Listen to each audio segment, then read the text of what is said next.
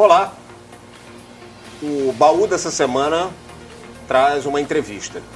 Uma entrevista com o jornalista Marlos Bittencourt, que escreveu Escravos do Jogo, lançamento da editora Multifoco. O tema do livro está mais do que em voga. Só se fala nesse momento em bastidores de futebol dos custos em relação à Copa das Confederações, à Copa do Mundo e futuramente das Olimpíadas.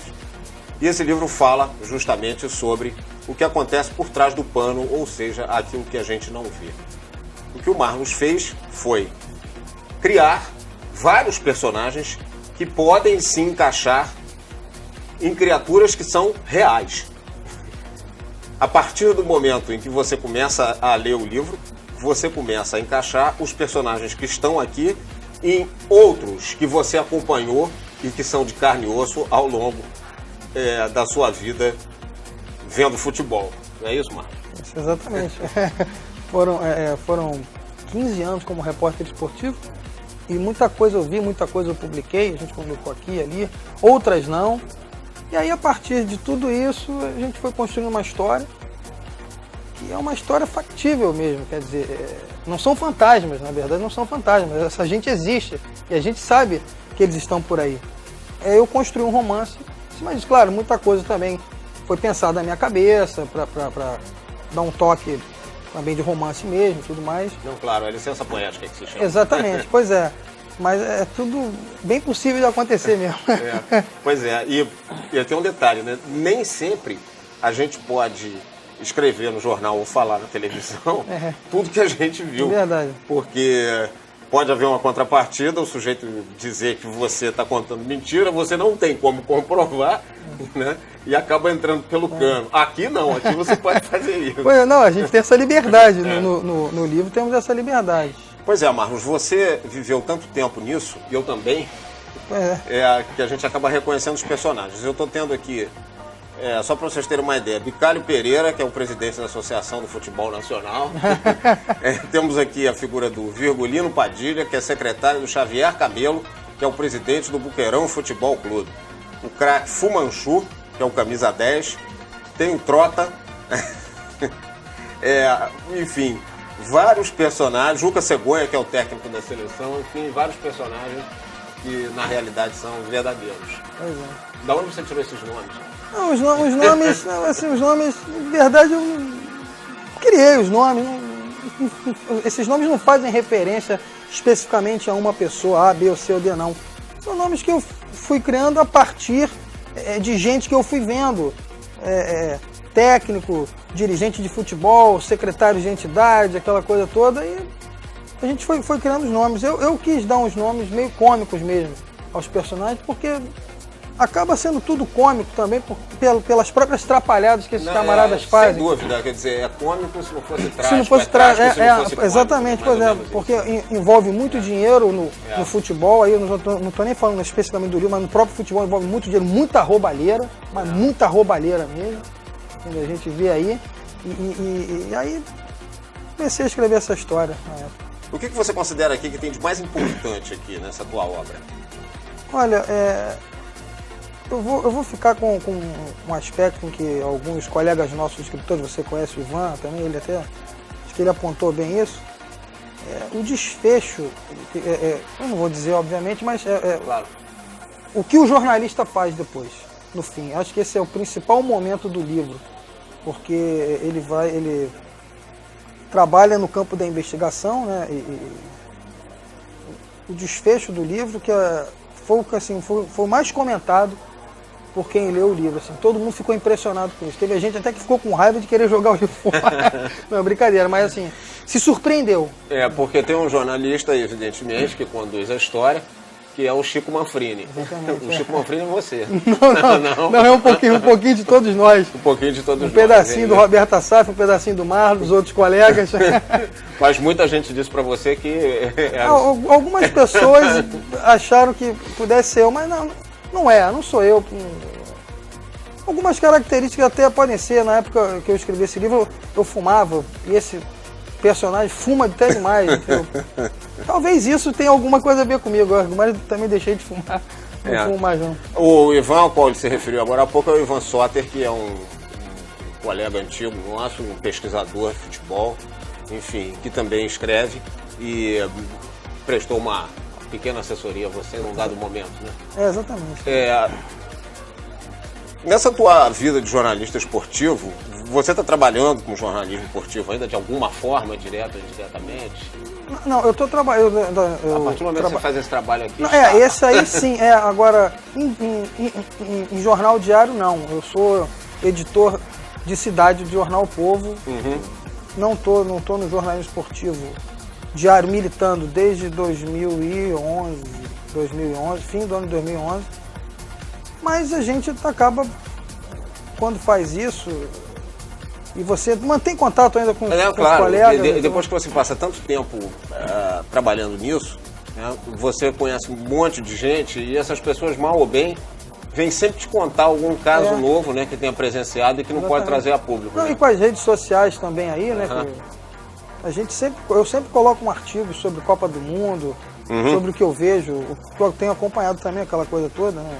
A questão do Maracanã, dinheiro caindo a beça lá pro Maracanã e entregar o Maracanã na mão de Eike Batista, essa coisa toda. Você acha que todos esses acontecimentos que estão vindo definitivamente à tona agora, o povo na rua reclamando das verbas excessivas que foram gastas, né, nesses eventos, Copa das Confederações, Copa do Mundo, da futura Copa do Mundo, da futura Olimpíada, você acha que você poderia ter de alguma forma incluído isso no teu livro?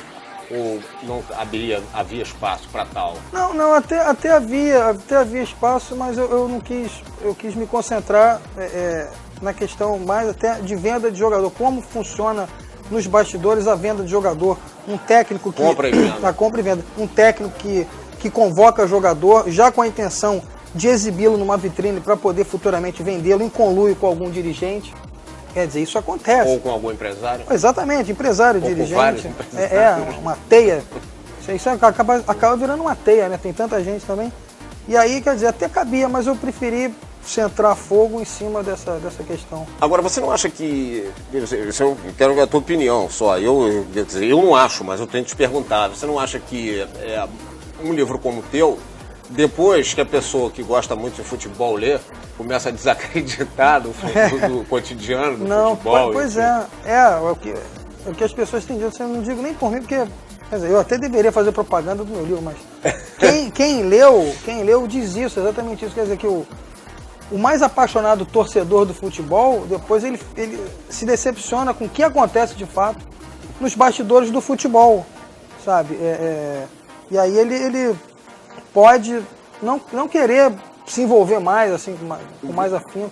Sei, mas eu acho que seria interessante a gente esclarecer para as pessoas, e principalmente para os mais jovens, que, na realidade, esse cotidiano do futebol existe desde que o futebol se tornou profissional há 80 anos. Não é nenhuma novidade, isso aí não é nenhuma novidade, não. Não é nenhuma novidade.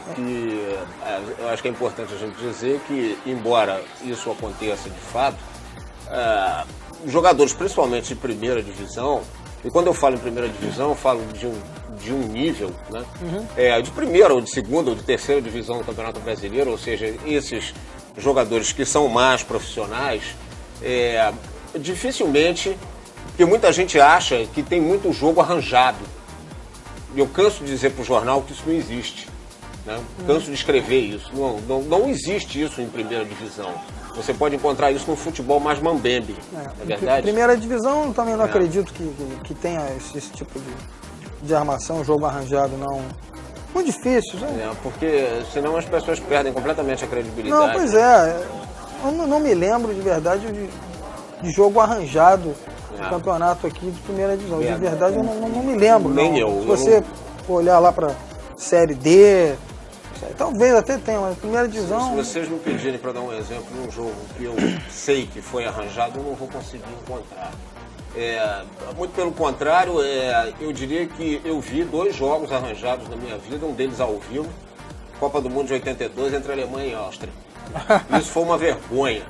E Itália e México na Copa de 2002, se não me engano. Não sei se foi 2002 ou 2006. Acho que foi 2002, ficou aquele jogo de compadre, os dois se classificavam. Os dois classificavam com empate, passaram os últimos 15 minutos tocando a bola pro lado. Então, quer dizer, eu estou citando aí jogo de Copa do Mundo. Né, por conveniência, eles resolveram fazer isso.